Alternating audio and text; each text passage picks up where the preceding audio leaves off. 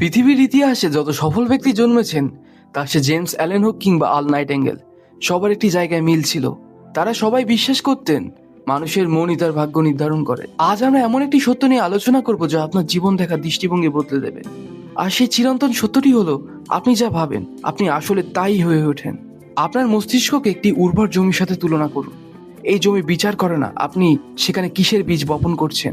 আপনি যদি সেখানে একটি আম গাছের বীজ লাগান, তবে আপনি মিষ্টি ফল পাবেন। আর যদি বিষাক্ত কোনো গাছের বীজ লাগান, তবে সেই জমিও আপনাকে বিষই উপহার দেবে।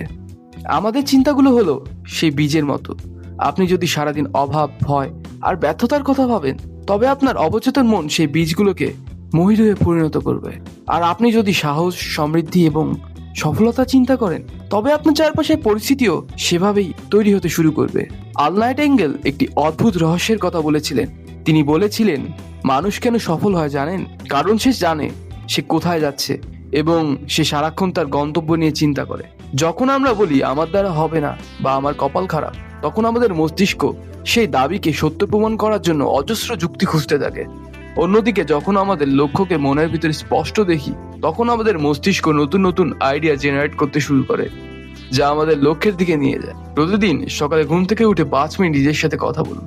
নিজেকে বলুন, আজকের দিনটি আমার সেরা দিন হতে যাচ্ছে। আপনার চিন্তাকে নেতিবাচক খবর বা গীবত থেকে দূরে রাখুন। আপনি যা হতে চান চোখ বন্ধ করে কল্পনা করুন।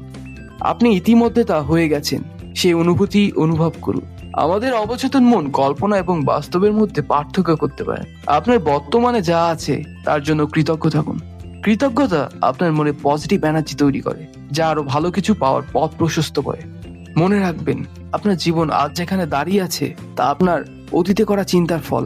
আর আপনার ভবিষ্যৎ আগামীকাল কোথায় হবে তা নির্ভর করছে আপনি কি ভাবছেন তার উপর। তাই বড় স্বপ্ন দেখুন, নিজের উপর বিশ্বাস রাখুন এবং আপনার চিন্তাকে নিয়ন্ত্রণ করতে শিখুন, কারণ আপনার চিন্তাই আপনার ভাগ্য।